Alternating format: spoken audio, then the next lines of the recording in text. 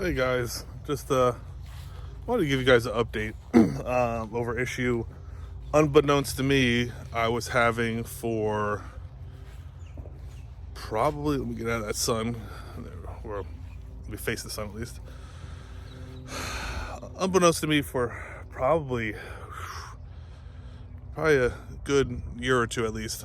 Unbeknownst to me that it was happening.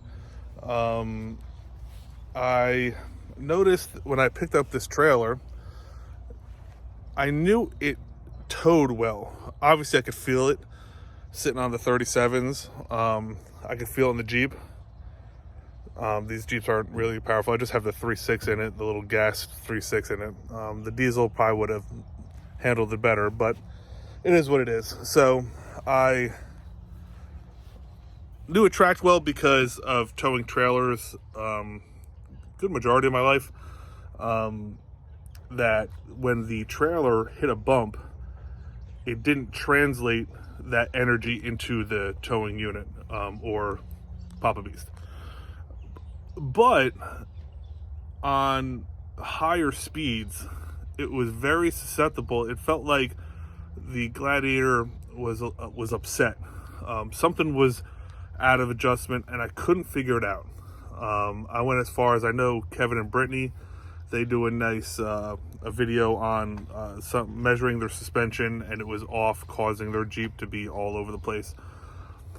I thought it was. However, Cliff over at Prodigy Off-Road, who really built literally my entire Jeep minus the Rhino rack, but everything else he's done, he makes marks on all the adjustable bolts or stuff that could be adjusted. Where you could see if that bolt loosens up, you'll know just by looking at it because those lines would be off. I went underneath, everything was tight.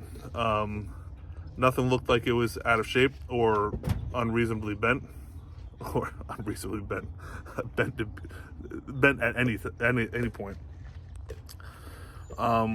So then for some reason, I glanced at my rear sway bar, and it almost looked like it was like kind of bent in. And one of the rubber bushings, it wasn't a bushing, it was like a cover for the bolt or the joint, was torn. And it being bent, I kind of assumed that it was not working properly, or I might have bent it or broke it. I mean, it was easy if it was broke, because you see it broken in half, in my opinion. But so I went to talk to Cliff about it, and he kind of mentioned that it would, just from me talking about it, it seemed like there was an issue going on with it. So I knew what he was telling me for years, that those rear sway bars was an issue. He broke his 6-7 times, but he had the typical failure of where the bracket would be ripping off the frame from the welds. It'd just be pulling off, and he had to weld it 6 or 7 times until he finally upgraded to the Rock Jock anti-rock by Curry. And so we were talking. Now the anti-rocks are fairly pricey, I'll be honest, especially since it looks like their patent ran out, so other companies are now mimicking their design and coming out with similar stuff like Terraflex. Terraflex has it. It's literally probably less than half the price of anti-rock, but looking at anti-rock, looking at the Terraflex, they might perform the same, but the anti-rock, in my opinion, looks a little better. And my famous saying is, if you're gonna spend the money, if you're gonna spend that good money, you might as well look like you spent that good money. If the performance is the same, you might as well look like you spent money. Get some extra out of it, because hopefully it only hurts once. You know what I mean? So I went with it. Then I had a choice between the inch bar and the 1/8" bar, which is a little thicker. Rock Jock or Andy Rock says that the 1/8" was really designed for overlanders with rooftop tents and really heavy weight. Their center of gravity is a little higher, which I really don't have. I know we kind of started with the overland stuff, but we kind of are going a little different route, just from how our life is with the kids and work and everything. So that's why we got this trailer and didn't get like more of an overlanding trailer. But talked to Cliff, and he suggested that with the 1/8", what's going to happen is that you might restrict some flex, that it might be so tight that you're going to reduce your flex in the rear. So with the TerraFlex, I mean, I'm sure we could have probably called TerraFlex an ass, but they just didn't advertise what kind of size diameter bar that they use.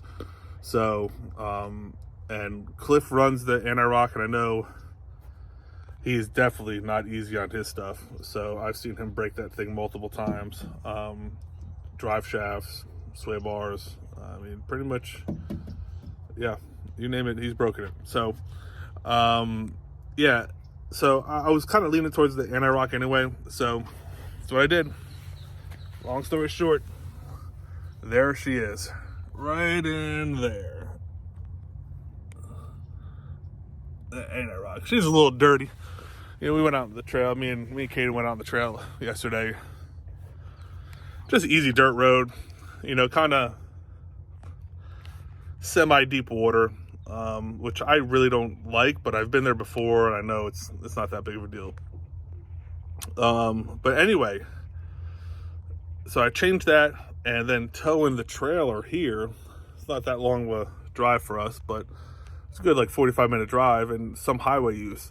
And man, on the highway, it felt like a dream. It felt like a Cadillac towing. I said I couldn't believe the world of difference that replacing that sway bar made, especially for towing. Because towing, you just think about the weight being pushed down on the bed of the truck, that going straight up and straight down, because sway bars are really meant for the side to side.